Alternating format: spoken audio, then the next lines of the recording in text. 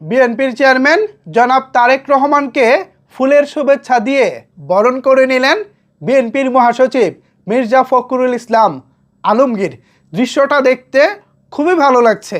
আমি যখন থেকে বেড়ে উঠেছি, আমি যখন ছোট তখন থেকে দেখেছি আওয়ামী লীগের শাসনামল, কিন্তু কখনোই বিএনপি কিংবা তার দল বা তার লিডারদের মুখে এরকম হাসি এর আগে কখনোই দেখি নাই। সবসময় দেখেছি তারা নির্যাতিত, তারা কোনো না কোনোভাবে মানে বড় রকমের ক্রাইসিসের মধ্যে রয়েছে, কখনো জেলে, কখনো রাজপথে, কখনো মার খাচ্ছে, তো কখনো উঠে দাঁড়াচ্ছে, কখনো মিটিং করতেছে, কখনো মিছিল করতেছে, আবার কখনো বিক্ষোভ করতেছে। নানাভাবে বিরোধী দল হিসেবে বিএনপিকে জর্জরিত অবস্থায় দেখেছি। আজকের এই দৃশ্য দেখে সত্যিই খুব ভালো লাগছে। আশা করি বিএনপি তার অতীত ভুলে যাবে না। অতীতের যে গ্লানি, অতীতের যে কষ্ট, অতীতের যে নিপীড়ন, এই সবগুলোকে সঙ্গী করে বিএনপি নতুন দিনের নতুন বাংলাদেশ আমাদেরকে উপহার দিবে।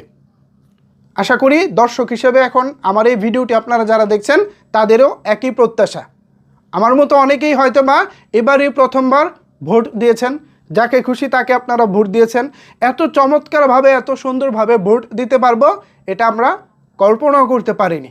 সব কিছুই সম্ভব হয়েছে তরুণদের নেতৃত্বে, ছাত্র জনতার গণ অভ্যুত্থানের মধ্য দিয়ে। সব কিছুই সুন্দরভাবে হয়েছে। আশা করি সামনে বিএনপি সরকার গঠনের পর দেশটাকে চমৎকারভাবে পরিচালনা করবেন এবং এরই মধ্যে দিয়ে আমরা নতুন বাংলাদেশ পাবো। পাশাপাশি বিএনপিতে যারা প্রবীণ রাজনীতিবিদ আছেন অনেকেরই হয়তো বা এবারই জীবনের শেষ সংসদ হতে চলেছে। মির্জা ফখরুল ইসলাম আলমগীর তো ঘোষণাই দিয়ে দিয়েছেন এটাই হয়তো বা তার শেষ সংসদ, কারণ তারও তো বয়স হয়েছে। তিনিও তো নিজের সাথে আর আসলে পারতেছেন না, নিজেরও তো ওই শক্তিটা লাগবে।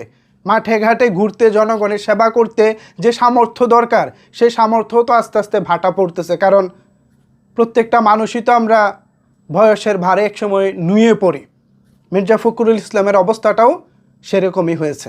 ভালো মন্দ মিলিয়েই মির্জা ফখরুল ইসলাম আলমগীর দীর্ঘ বছর বিএনপির নেতৃত্বটাকে টেনে নিয়ে গেছেন একজন মহাসচিব হিসেবে।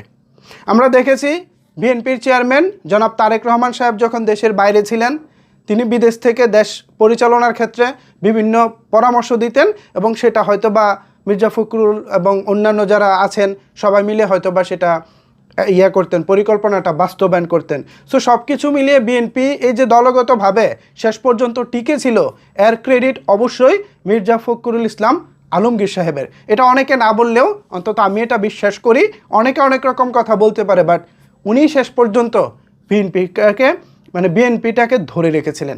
ভিউয়ার্স, এই যে আনন্দঘন মুহূর্ত, এই বিষয়ে আসলে আপনাদের মতামত কি জানাতে পারেন আপনার মতামত নিচের কমেন্টস বক্সে। ধন্যবাদ সবাইকে এতক্ষণ আমার সাথে থাকার জন্য।